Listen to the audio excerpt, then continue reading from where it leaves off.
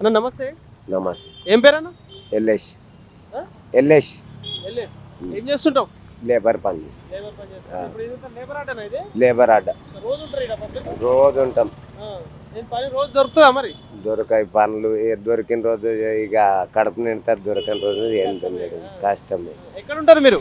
మేము ఇక్కడనే బోరబండలో ఉంటాం. బోరబండలో ఉంటారు. బోరబండలో మీ ఉంటాం. అందరికి ఓటు ఉంది ఈడ?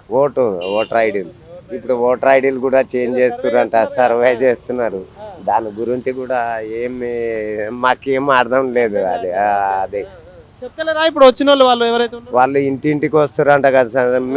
మేము కూలీ చేసుకోనడానికి వస్తాము. ఇక మేము ఇంటికాడ ఉండాలంటే కాని పని కదా. ఇక మాకేమయ్యి వాళ్ళు వచ్చిన టైంలో మీరు ఉండరు, మీరు వచ్చిన టైంలో వాళ్ళు రారు. అట్లా. అంతే అవుతుంది. ఇప్పుడు తెలంగాణ రాష్ట్రంలో కాంగ్రెస్ గవర్నమెంట్ ఉంది కదా, ఎట్లా అనిపిస్తుంది? కాంగ్రెస్ ప్రభుత్వం ఉంది కానీ ప్రభుత్వం ఇక్కడ హైదరాబాద్లో ఏం చేయలేదు. హైదరాబాద్ చేయలేదు, పల్లెటూర్లలో కూడా చాలా మందికి చేయలేదని రోజు న్యూస్ వస్తూనే ఉన్నాయి, పేపర్లో చూస్తూనే ఉన్నాం, ఫోన్లో చూస్తూనే ఉన్నాం. కానీ ప్రభుత్వం ఉండి కూడా ఇప్పుడు హైదరాబాద్లో ఇది కేసీఆర్ చేసిన డెవలప్మెంటే ఉంది. ఏది ఇప్పుడు మన ముఖ్యమంత్రి చేస్తున్న పనులు నచ్చలేదు సార్. హైదరాబాద్లో ఎవరు ముఖ్యమంత్రి? ఎవరు సీఎం? రేవంత్ రెడ్డి. రేవంత్ రెడ్డి. ఇక మా ఆయన మనమేమంటాం కానీ గరీబులకు సేవ చేస్తే బాగుంటది. గరీబులకు ఏం సేవ చేస్తున్నారు? ఓట్లు వేసేది ఎక్కువ మంది వాళ్ళే ఎక్కువ ఓట్లు వేసేది వాళ్ళే, గరీబులే వేస్తారు. గరీబులే ఓట్లు కొనేటోళ్ళు కూడా వాళ్ళ ఎమ్మెల్యేలే. కానీ కాకా ఇప్పుడు మరి కాంగ్రెస్ ప్రభుత్వం వచ్చిన తర్వాత చాలా హామీలు ఇచ్చింది, 6 గ్యారెంటీలు అని చెప్పేసి. ఏంది ఏమన్నా అందుతున్నాయా? ఏది అందుతలేదు సార్, ఏది అందుతలేదు. అమ్మతోటి చెప్తున్నా, ఏది అందలేదు. ఇక ముసల ఏది లేదు సార్, ఏది లేదు సార్. మీరు నేను నిజం చెప్తున్నా చూడు సార్, ఏది లేదు.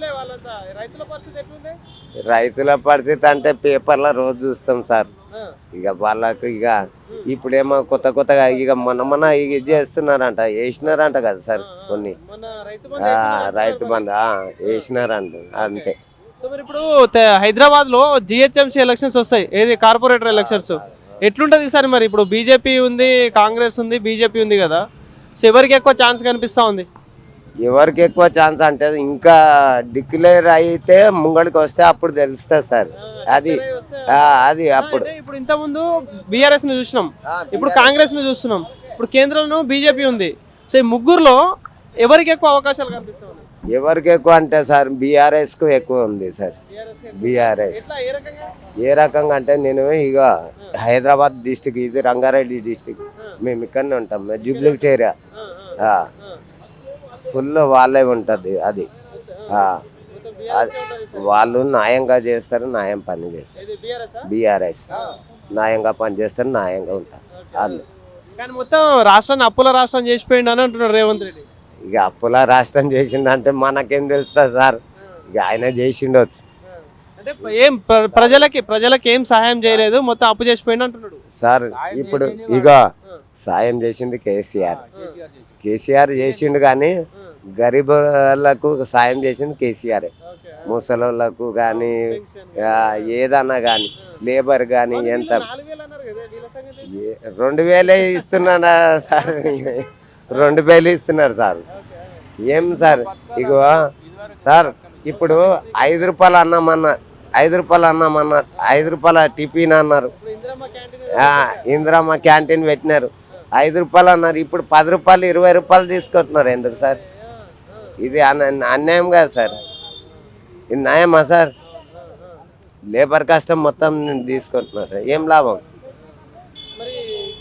ఎట్లుంటది మరి ఇప్పుడు ఒకవేళ జనరల్ ఎలక్షన్స్ వస్తే మళ్ళీ ముఖ్యమంత్రి ఎవరైతే బాగుంటుంది? మాకు కేసీఆర్ వస్తే బాగుంటుంది సార్. కేసీఆర్ కావాలి. మరి ఇప్పుడు బీజేపీకి ఏమైనా ఛాన్స్ ఉంటుందా? ఎందుకంటే పక్క రాష్ట్రాలలో వస్తున్నాయి. మన హైదరాబాద్ కంటే బీజేపీ కంటే మన హైదరాబాద్లో ఏం చేయరు సార్. అంటే మా కిషన్ రెడ్డి ఉన్నాడు, ఇక్కడ ఈయన ఉన్నాడు, కిషన్ రెడ్డి, మా కేసీఆర్ అంతే.